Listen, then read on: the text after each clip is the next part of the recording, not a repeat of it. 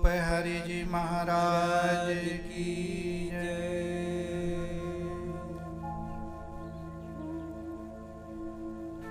अब ये देखना है कि हमारे संतों के अनुसार,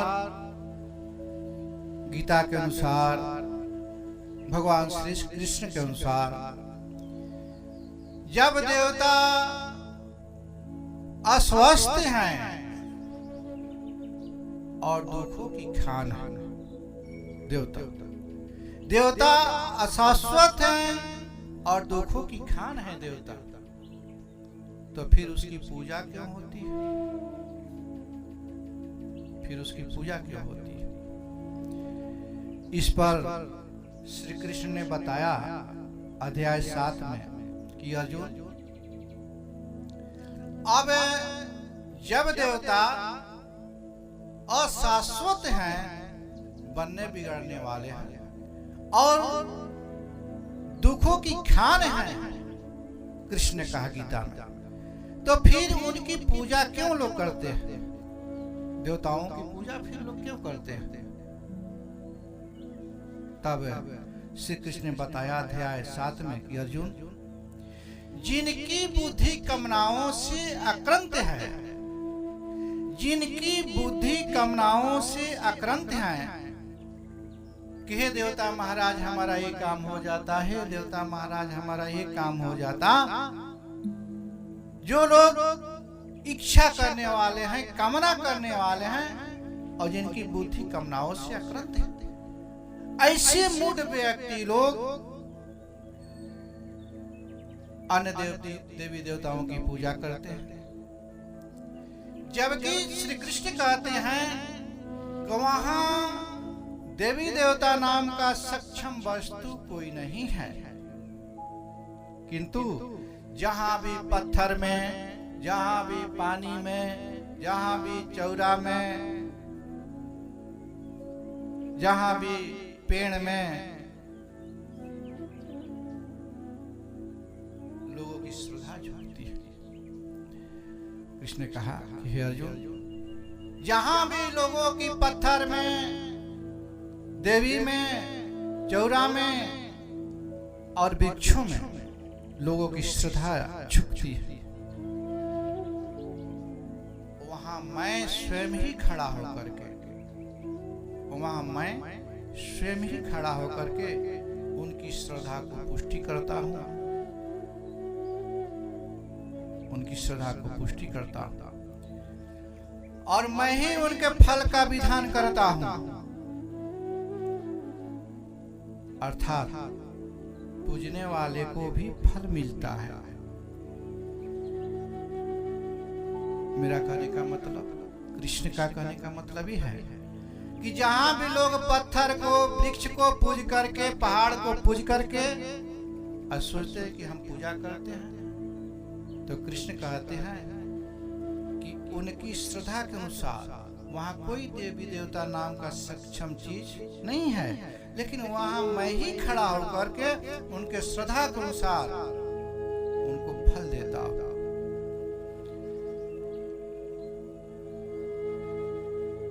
उनको भी पूजने वाले को फल मिलता है, लेकिन वो भोगने में आकर के नष्ट हो जाता है, भोगने में आकर के नष्ट हो जाता है।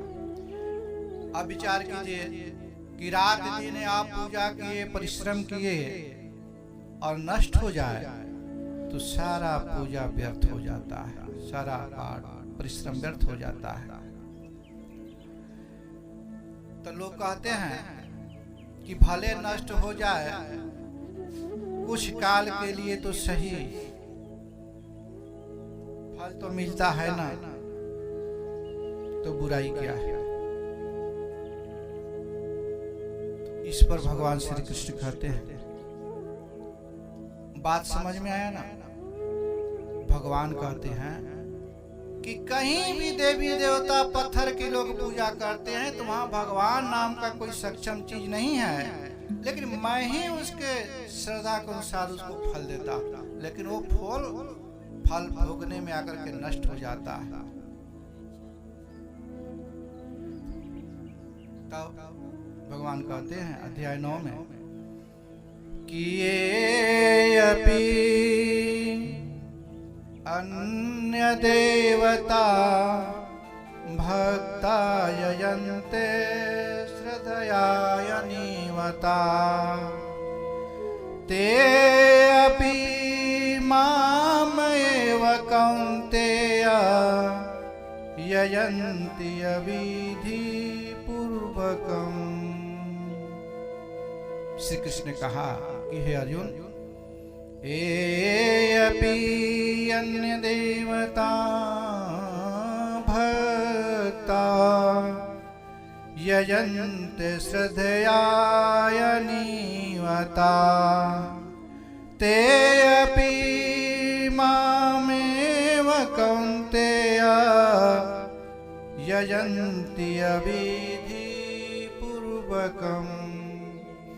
तब भगवान ने 9वां अध्याय में 23वां श्लोक में बताए हैं कि देवताओं की पूजा करने वाले भी मेरी ही पूजा करते हैं। देवताओं की पूजा करने वाले भी मेरी ही पूजा करते हैं, किंतु वह पूजा अविधि पूर्वक। देवताओं की पूजा करने वाला भी मेरी ही पूजा करते हैं, क्योंकि वहां देवता नाम का कोई सक्षम चीज नहीं है, तो मेरी ही पूजा करते हैं। लेकिन वो पूजा क्या है? अविधि पूर्वक। अविधि पूर्वक का मतलब इनडायरेक्ट, देवता को पूज कर और फिर भगवान, इनडायरेक्ट पूजा अविधि पूर्वक। इसलिए इस प्रकार के पूजा करने वाले नष्ट हो जाते हैं, उसका पूजा नष्ट हो जाता है, खत्म हो जाता है। अब सब कुछ करके हम उपवास करते हैं, व्रत करते हैं, भूखे रहते हैं, और ये सब करने के बाद भी जब नष्ट हो जाता है तब फिर करने से क्या फायदा? हम इतना पूजा करते हैं और परिणाम ये निकला कि सब खत्म हो जाता है, नष्ट हो जाता है। तो क्योंकि ये पूजा जो है अविधि पूर्वक, तो जब हम श्रम करना है, जब पूजा करना है, पाठ करना है, तो हम विधि पूर्वक करें। जो संत की विधि, जो भगवान की विधि, जो कृष्ण की विधि है। जब हमको रास्ता चलना है तो हम गलत रास्ता क्यों पकड़ेंगे? जब हमको पूजा ही करना है तो हम सही पूजा पकड़े, फिर गलत पूजा क्यों? तो श्री कृष्ण के अनुसार जब यह देव पूजन अविधि पूर्वक है तो विधि क्या है? अब ध्यान दीजिए कि विधि क्या है। इस पर 18वें अध्याय में कहते हैं कि हे अर्जुन, अपने अपने स्वभाव के अनुसार, अपने अपने स्वभाव के अनुसार, अपने अपने क्षमता के अनुसार नियत कर्म को करके, सही पूजा को करके मनुष्य परम तत्व की प्राप्ति करता है, परम सिद्धि को प्राप्त होता है। अपने अपने शक्ति के अनुसार, अपने अपने क्षमता के अनुसार जिस पूजा को करके आदमी परमात्मा को प्राप्त कर लेता है, ईश्वर को प्राप्त कर लेता है, उस विधि को सुन। वो विधि क्या है? और वही विधि सबके लिए जरूरी है, वही पूजा सबके लिए जरूरी है जो कृष्ण विधि बतलाते हैं। जिस परमात्मा से, जिस ईश्वर से सभी संपूर्ण भूतों की उत्पत्ति हुई है, जिस परमात्मा ईश्वर से संपूर्ण जगत व्याप्त है,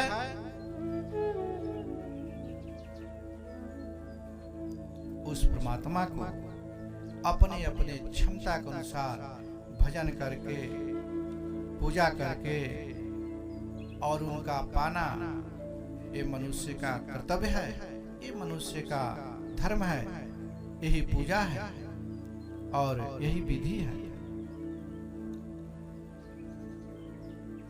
तो श्री कृष्ण कहते हैं कि परमात्मा का पूजा, ईश्वर का पूजा विधि है। यही हमारा निर्धारित क्रिया है, यही हमारा धर्म है। तो ये परमात्मा के पूजन में, ईश्वर के पूजन में, सदगुरु के पूजन में तीन बातें आती हैं, वो ध्यान से समझना है कि परमात्मा के पूजा में, ईश्वर की पूजा में तीन बातें आती हैं। कौन कौन?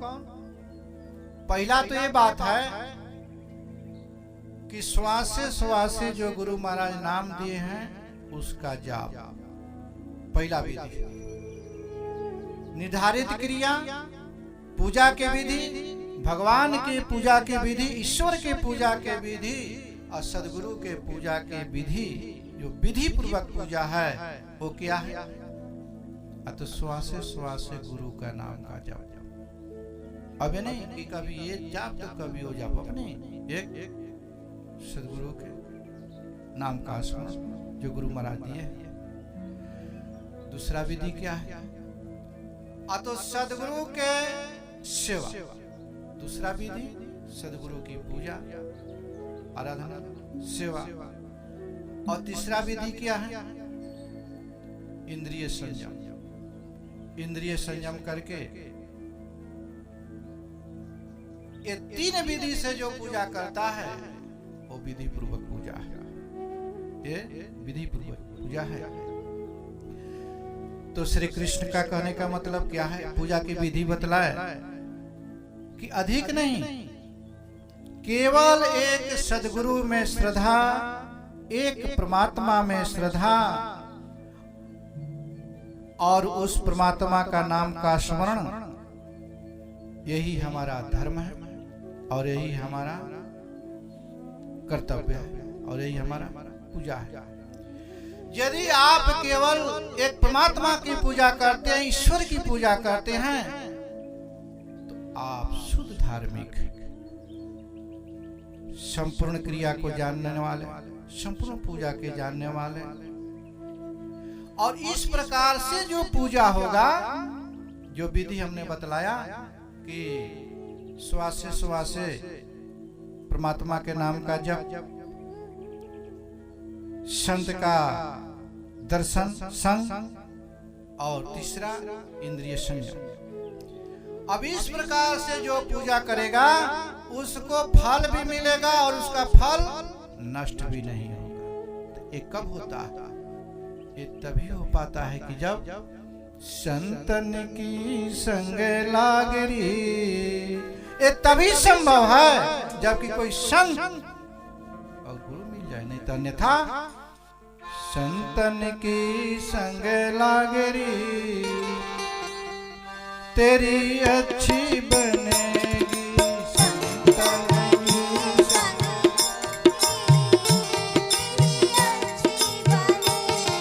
संतन के संग लागरी तेरी अच्छी बनेगी।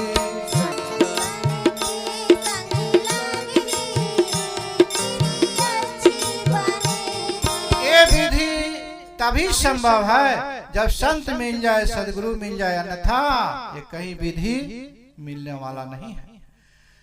संतन के संग लाग रे तेरी अच्छी बनेगी, संतन के संग लाग रे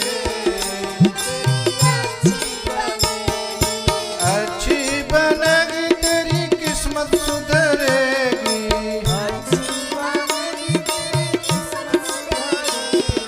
अच्छी बनेगी, तेरी किस्मत जगेगी,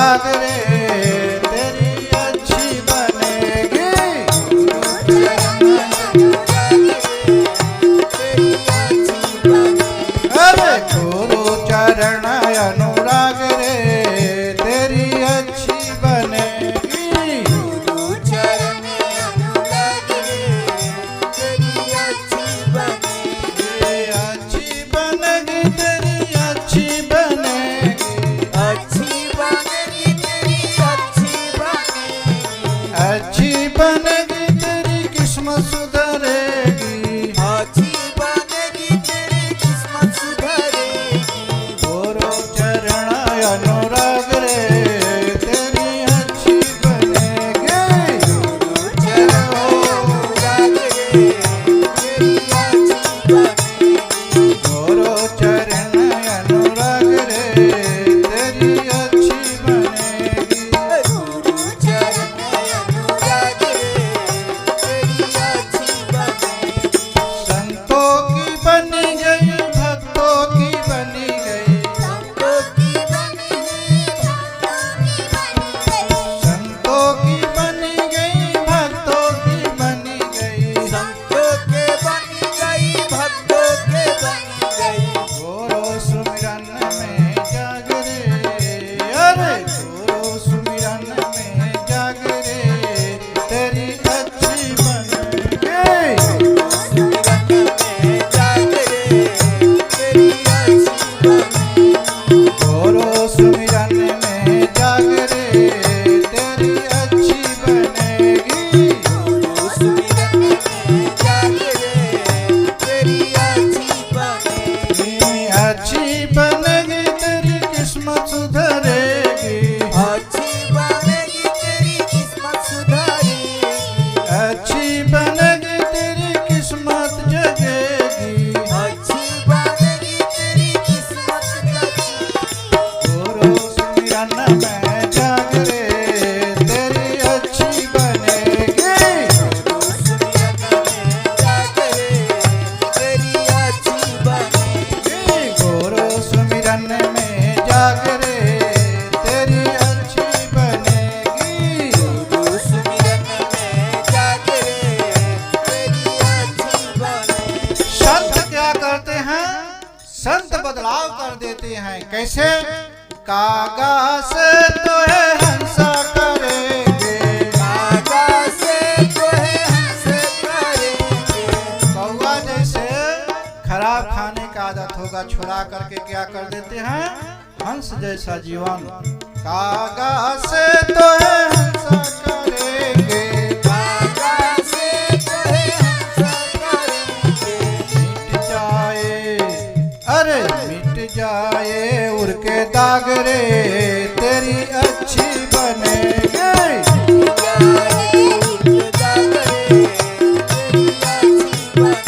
अरे मिट जाए उड़ के दाग रे तेरी अच्छी बनेगी,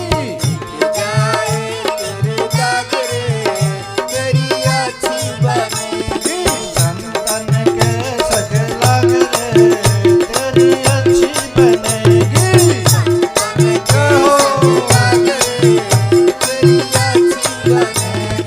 अच्छी बनेगी तेरी किस्मत सुधरेगी, अच्छी बनेगी तेरी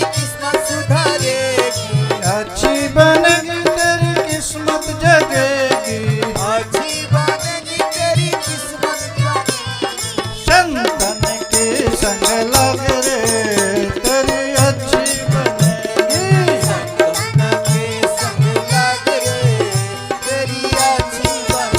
क्योंकि मोहनिशा में बहुत दिन सोए,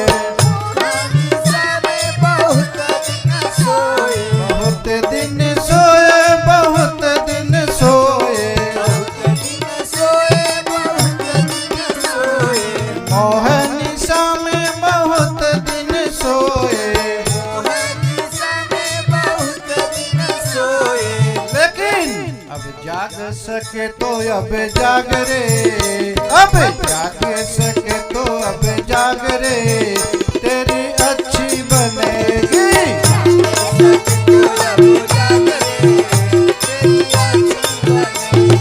जाग सके तो अब जाग रे तेरी अच्छी बनेगी, जय हो। संतन के संग लाग रे तेरी अच्छी बनेगी,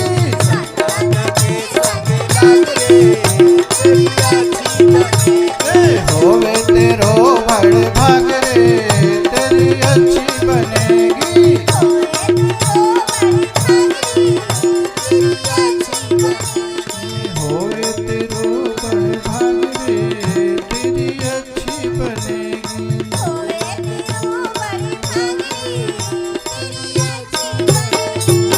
सद्गुरु भगवान की।